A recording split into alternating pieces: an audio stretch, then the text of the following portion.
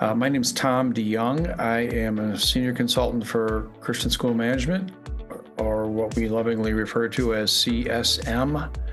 And it's a pleasure and honor that you're here today, and the fact that you are interested to hear more about these things.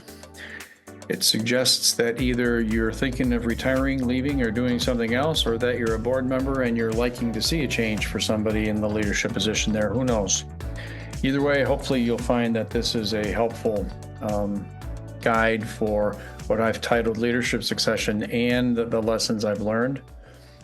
Recently, about a year ago or so, I retired as a 20-year superintendent at Grand Rapids Christian Schools. And so I can speak from a personal succession stepping away experience, as well as what I have learned on behalf of CSM in terms of helping others understand just those unique challenges that come sometimes with leadership succession. So anyway, let's open with prayer, and then we will begin and start hammering through the information that we've pulled together for you today. Please join me in prayer. Heavenly Father, we are grateful for your presence with us today. And Lord, we are grateful for this opportunity to talk with each other and to just mentor each other, and also help Christian schools flourish and leadership to be supported in their role. God, we ask that you provide wisdom, encouragement, strength as we prepare for the summer seasons in our respective roles, and guide us through this conversation today. May it be helpful, and may it bring honor and glory to your name in all that we do. Hear our prayer now for Jesus' sake. Amen. Okay, we have a lot of information to go through today. I will probably start feeling like I'm doing an awful lot of talking, and in the event it feels that way to you, I apologize. I hope to be as succinct as I can, but I also do want to get through things, and certainly will keep an eye open for some other kind of chats as well, so that if there are questions and things that you'd like to share when we're completed, we can kind of go through some of those things. So with that in mind, let's begin by working through the slides that are attached. Come on here. Keep moving there, buddy. There we go. All right. This is the CSM mission: for Jesus, through mission, and with students. We always start with the mission in mind, and we keep it front and center so that we can focus on that. And that is what drives our work. It's no different than what drives a Christian school's work as it pertains to being mission passionate. And that's the CSM mission, for your information, so that you can think about that. Today, we're going to talk about 4 points that I felt was probably most relevant. And it divides between leadership succession being a board function, what kinds of things to think about so that when succession happens unexpectedly, what kind of focus and work has occurred prior to that succession having to become a reality. Also, when succession is known, specifically, that's what we desire, obviously, and we'll talk at the most lengthy about that particular area. And then fourth one that I've added for this particular presentation, just on the role of the outgoing head of school. That's a unique position to be in. Having gone through that myself personally, I can speak to it from a firsthand experience, but also I believe that it's probably true and therefore worthwhile in terms of sharing this information with those other board members and or heads of school as they think about what kind of role they would play in the event they were be making a decision to leave. So let's get started. First, it's a board function. That is something that board members absolutely need to hear, because it is one of their single most important responsibilities, and that is, it's their job to foresee. It's an ethical obligation. It's also a Christian's orientation is forward, as found in the scripture listed below there. Board members have an obligation to look forward. Their job is not for the here and now. We all know that. Their job is, in fact, for the next generation, or certainly 10 years out there, so that they can be prepared. One of those things that is very unexpectedly challenging is when there is an unexpected need for succession planning to all of a sudden take place. If a board has not looked forward, if a board member has not considered looking beyond the next year or two, they can find themselves in a very difficult situation, and that is to try to find a new head of school to lead the organization operationally and from a vision perspective, so they can support the board's mission and the institution itself. Let me unpack that a little bit. CSM has a number of principles that it aspires to and what it believes to be critically important. The core principle is the idea that the three organizational partners work together on behalf of kids. And as you look at this, you will see that the board establishes the mission, hires the head of school, and then holds the head accountable for all the things that a head of school operationally is responsible to do. Hiring the head of school obviously is one of those key, most important responsibilities. And then with the highly strategic, highly talented head of school, then as the administration, that individual is there to determine the vision, fill the school, and carry out the board's plans and support the faculty to their success. What happens when that is not the case? What happens when a board is not ready for the unexpected? Skip over that slide and go on to this next section. When succession is unexpected, what do we need to think about, and how can our planning and preparedness help us avoid the random surprises that can occur, sadly, from time to time? Planning for the unexpected basically means keeping your eyes on the ball. What do we do to help position those things from happening and becoming a surprise? First and foremost, maintain diligent, ongoing review and revisions of the head of school's position description. That is not something that is always on everybody's immediate radar. So keeping your eyes on the ball, maintaining a diligent, ongoing review. When a board does that, and when the head of school supports the board's knowledge of needing to do that, you can be always in a position where there is an understanding about the primary roles and responsibilities that the board desires in their head of school in the position description. That being done annually and compared against the strategic planning goals is critically important, so that in the event a change is necessary, they will be ready with a very important document that will help guide their beginning to think about and to search for their next head of school. Creating opportunities for the board and the head of school to dialogue about job satisfaction, future planning, ways to authentically engage and invite the head of school in offering input in vision casting, assessment of board governance structures, things that are going well from the head of school's perspective, things that need to be changed to make it go better from the head of school's perspective. All of those kinds of ongoing dialogues that are a part of the board's annual agenda position the board to be better prepared to make a move on looking for or seeking a new head of school, and not being caught off guard unexpectedly and then having to try to play catch up in order to get these things accomplished.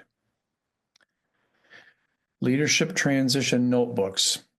Many savvy, sophisticated heads of schools that run sophisticated Christian schools know what this means. And what this means is that a leadership transition notebook provides information that is readily available and it's known where to find it. So key contacts, vendors, database access points, compensation benefits contacts, insurance providers, historical governance records, and board minutes and materials. All of those things need to be identified, and other things as well. This is a sampling of a list of things that should be available. There may be more than just this. But in the event something were to happen unexpectedly, somebody needs to be able to take charge. It's no different than having a spouse know at home where to find all of their life insurance information, all of their banking records, all their mortgage records, all of the things that keep a household running in the event one of the two members of that household are no longer there for one reason or another. That kind of conversation, that kind of transition notebook in this case, provides invaluably important information that can be really helpful to the board when they need to make a decision on what they're going to do to find the next head of school, whether it be a permanent hire or an interim while they take the time they need to find the permanent hire. Now, when succession is known, then it's far more possible to get it right and get it done correctly in the first time. So let's talk a little bit about what that means for a school. When a transition is known, which is desired, the head of school plays an important role, first and foremost, in letting the board know of his or her plans. The board's expectations of advanced notification are appropriate and CSM believes are essential in order to be able to take the time it needs to complete a comprehensive, very thorough search for the next head of school. Now, on the surface, you might think 12 to 16 months, that makes sense. Or perhaps you might be thinking that's way more time than I would have imagined. I hope to be able to unpack why that is not, in fact, too much time, and in some cases could even be more in advance of that. And we'll talk a little bit about what that can do and why that would be appropriate and necessary in the event that it can be known and communicated that quickly to your key board members. Requesting for a board committee to meet to review and oversee the initial process. That request should either be done by a board chair, or if the board is not thinking about that, certainly it could be a guidance and advice from the head of school to the board chair that knowing now that I will be stepping down in 18 months and 16 months or beginning July of a particular year, requesting that a board committee be formed, whether it's an existing committee or a newly charged ad hoc committee, search committee, to meet and review and oversee the initial process in finding the next head of school. Steps for the board to take. CSM believes the most helpful way to do this, and what I found to work when I stepped away 12 months ago, which meant I notified the board 2.5 years ago from today, is to work backwards. Establish a timeline starting with the next head of school's start date. So as you can imagine, I can picture, and what we have done with schools who we've guided or advised on this in the past is we have lots of big chart tablets and we stick them all over a room. And we begin on the far right versus left with the end date.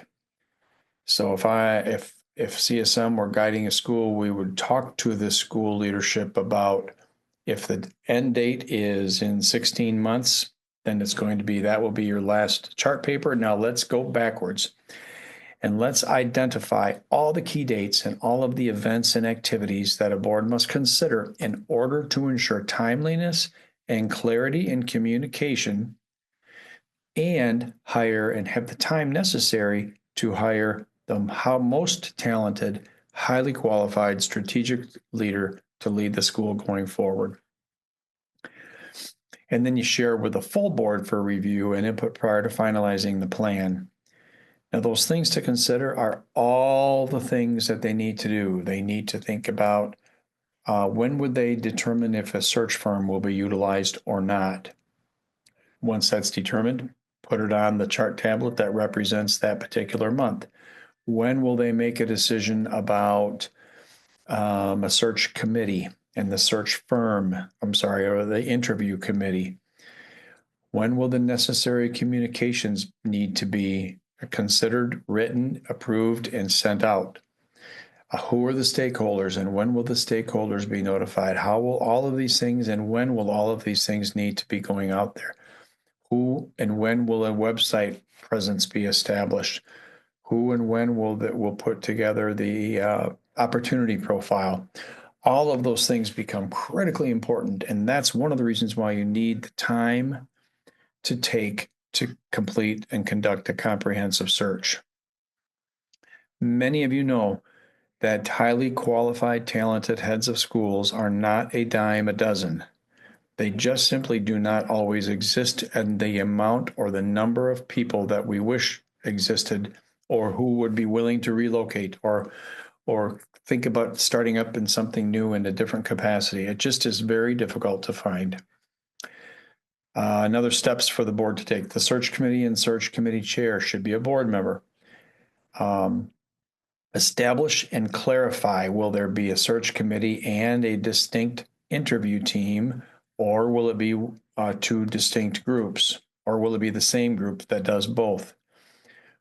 Will they be invited to contact others? CSM would say absolutely. Once there's understanding of confidentiality in the process, they absolutely should be invited to contact others, especially if they're not hiring a search firm.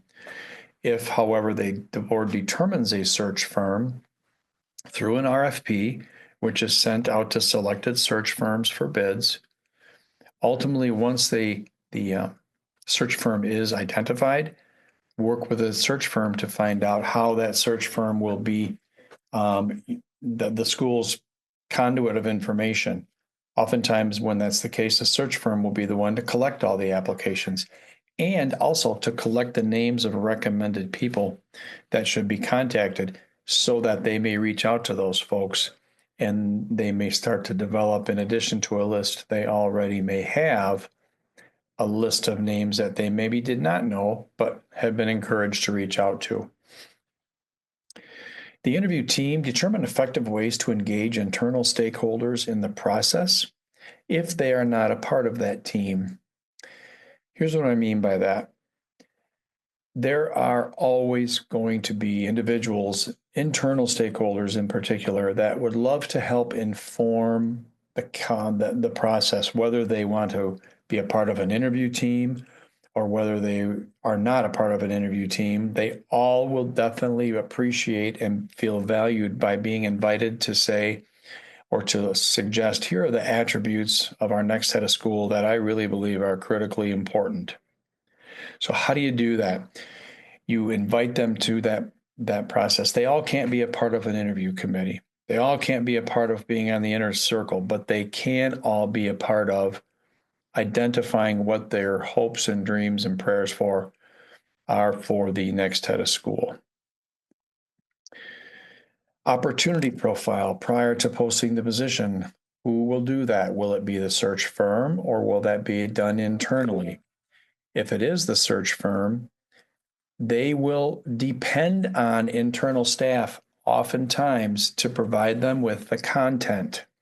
So somebody needs to be that designated content collector, the writer, to capture the aspects of the community that the school, within which the school is located, as well as the kinds of things that need to be highlighted on an opportunity profile. You'll need an internal person to do that and to be charged with that.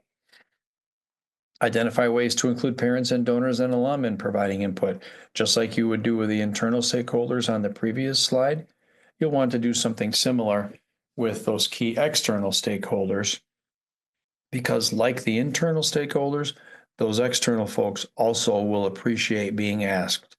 They all won't do it, but they will appreciate knowing and being asked to by given the opportunity to identify the desired attributes.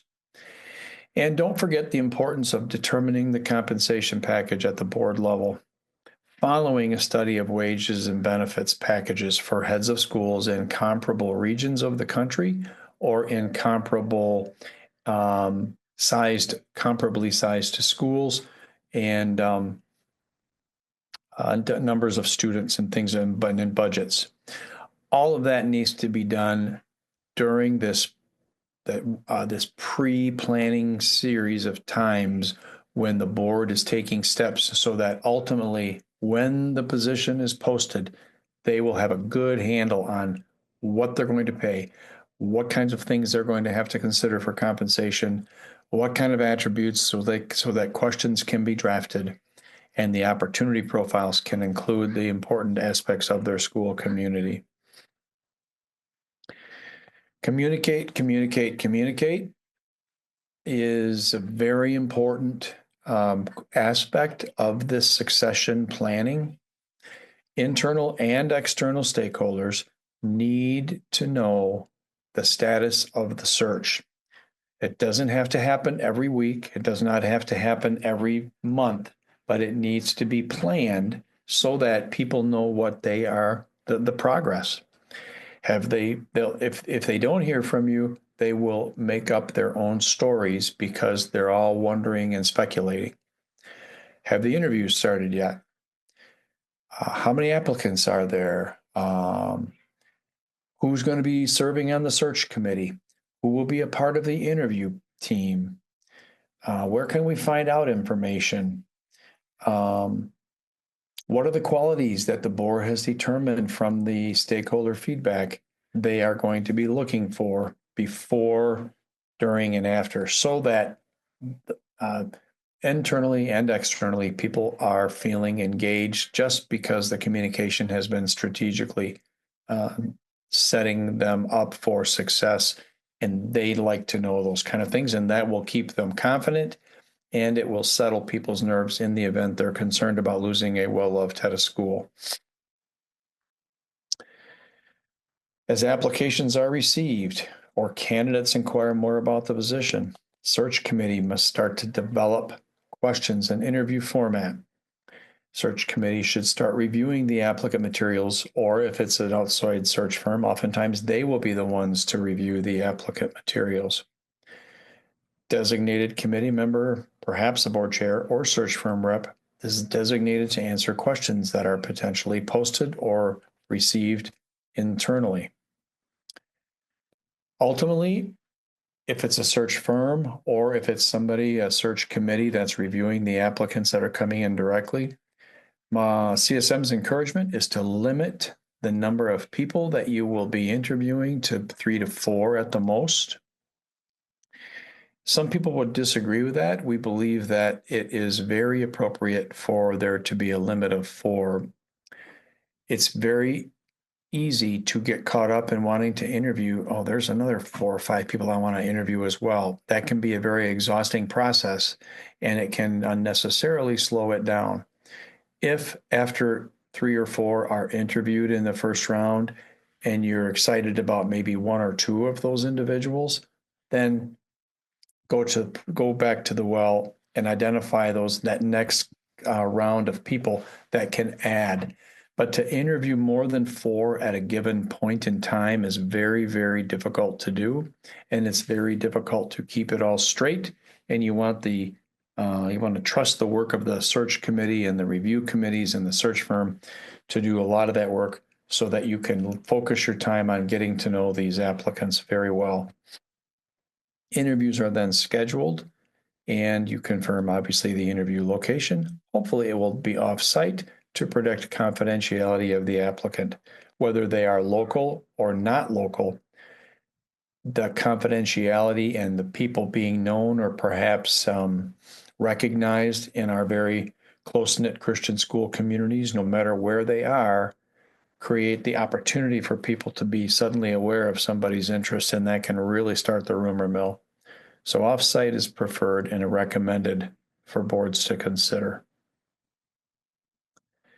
So now during the process, during this whole transition time and ensuring success, what should be considered? First and foremost, once the applicant is selected, congratulations. That's really great news. You've gone through the interviews, you've done your homework, you've vetted people maybe more than once, and now we have a point of saying to the board, we have somebody we have selected. Now, maybe the board will say, we want to see 2 people, not just 1. Fine, then do the board's desire in that regard. But ultimately, when the day is done and an applicant is selected, first and foremost, get out there, confirm the person's acceptance, and get secure the employment through a signed employment contract. That's why you wanted to know all about the benefits and the moving expenses and the compensation packages. You want that in place so that you can move quickly, so that you don't lose the possibility of signing somebody that you really are excited about.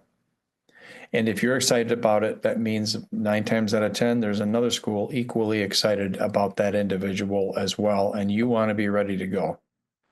You celebrate the selection. You prepare your announcements to both internal and external. And I've listed some of those examples: staff, parents, grandparents, alum, media release, etc., donors. And then you nurture the new head of school and you commit to praying. I'm going to go back to the stakeholder communications. I worked with a school a couple years ago who did it really well. And let me give you an example of what I mean by that. They knew who the internal and external stakeholders were. Why is that? Because they actually identified everybody in that pre-interview process. That could have been on one of those prior slides we went over. So once you've got that down and you've identified, here are the internal and externals, and here they are in a priority order. Who needs to be told first? Who needs to be told second, etc. You list it down, and when you get your communication ready to go, a wise school and a wise board will say, we're going to do this all within specific time frames on the same day, but with 5-minute, 10-minute increments between each of those communications. Why do I say that?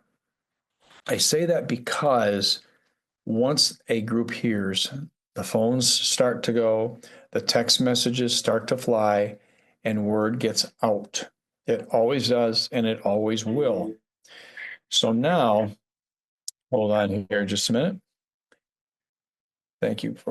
Once that first message is out to priority group number 1, then to priority group number 2, you don't want to give lots of time between those announcements, but you want to, out of respect to the priority of the groups that you are communicating to, and out of respect to the individual who's being communicated about, you want to make sure that there's a 9 o'clock announcement, and that means at 9:10 there's going to be announcement number 2 to the priority 2 group, and then at 9:20 there goes announcement number 3 to the third priority group, and so on and so on. That way you've honored the audience and you've honored the individual who's been selected. Invite the head of school to events prior to the new head of school start date. Here are some things to think about when you are now getting ready to welcome this individual to the school. Sometimes that person is able to enjoy and participate or join along with some of the kind of fun large group gatherings of parents and community members at school events. If that is possible, it's a great way to help begin passing the baton and to begin to introduce an individual to the community. Maybe there's a really great band concert or orchestra concert that is always performed every year that fills the house. What a great opportunity for the outgoing head of school to be able to communicate to a large audience.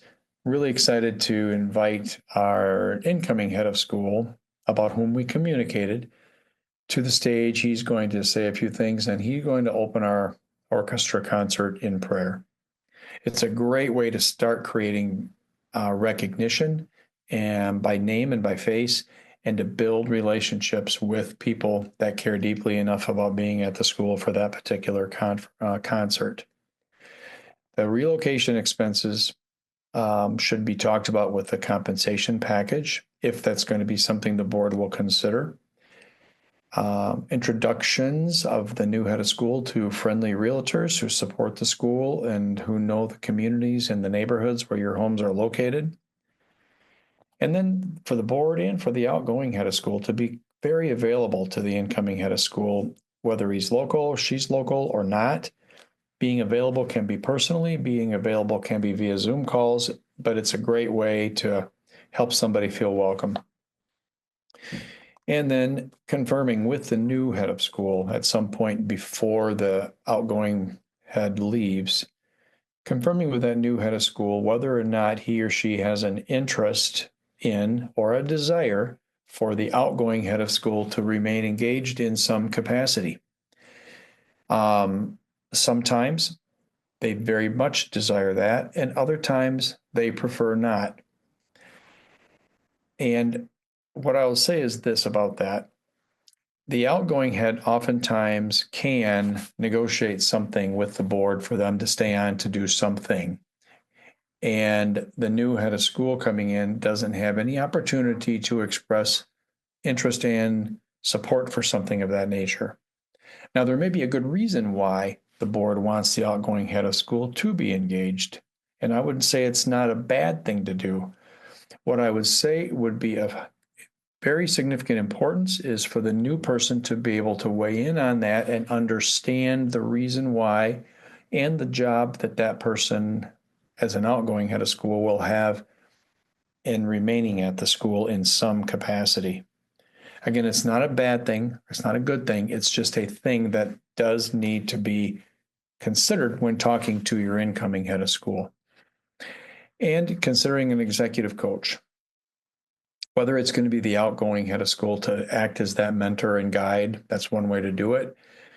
It's also can be very meaningful to consider an outside executive coach who knows the community, who understands the role and function of the job, to be able to, in a knowledgeable way, be a resource to the incoming school that is not an evaluative individual, but is somebody who can be that vetting source, as well as who can guide and help negotiate and navigate new aspects of a job that this person has not had before. Last thing I'll say about this particular area is it's so critically important to invest in your new head of school. It can be forgotten. And when I say invest, I don't mean invest in compensation packages.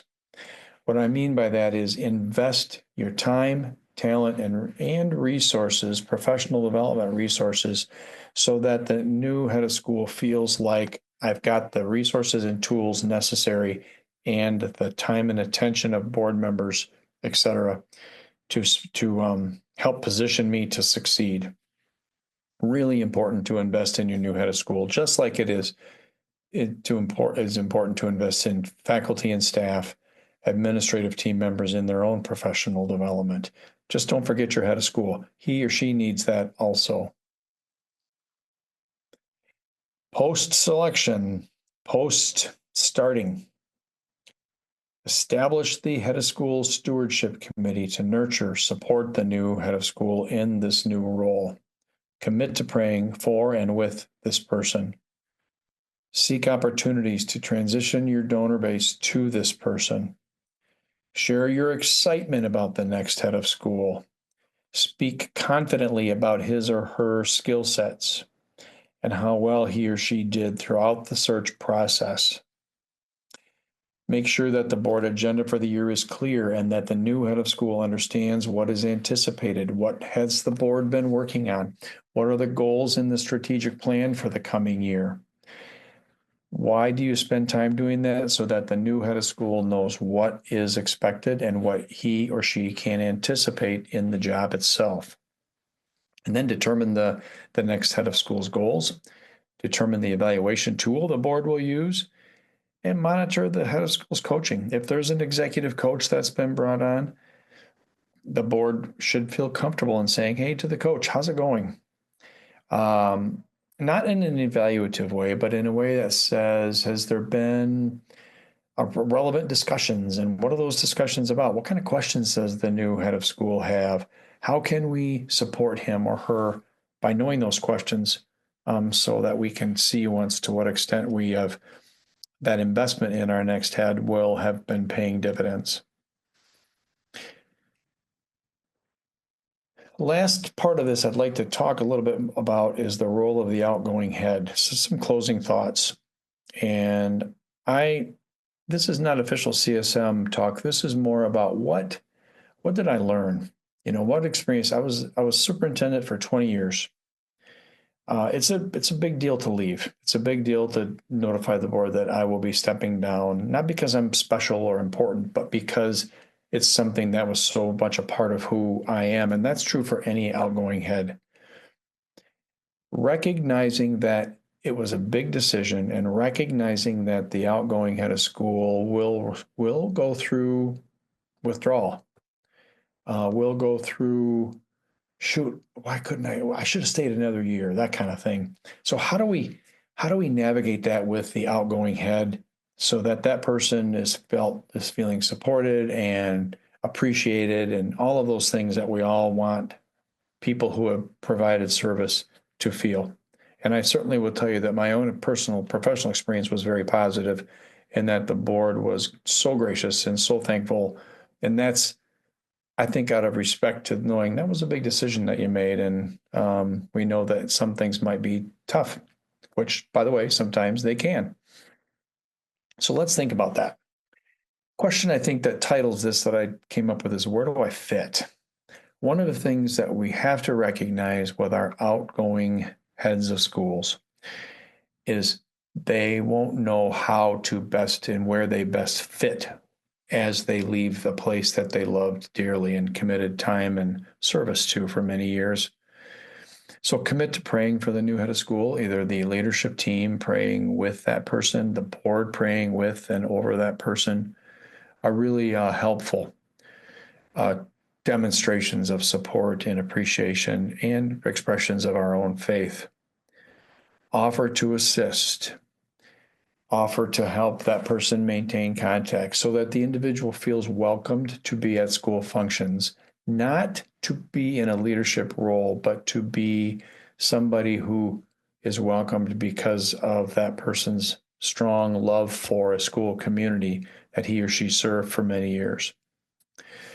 Get creative on how you might pass the baton. This is actually something that I would talk to an outgoing head about and actually have seen it done really well.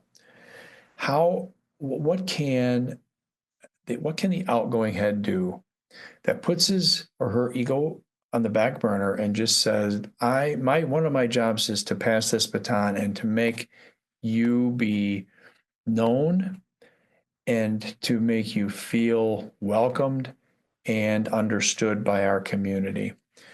The school that I'm thinking about did little 5-minute videos, about 6 of them.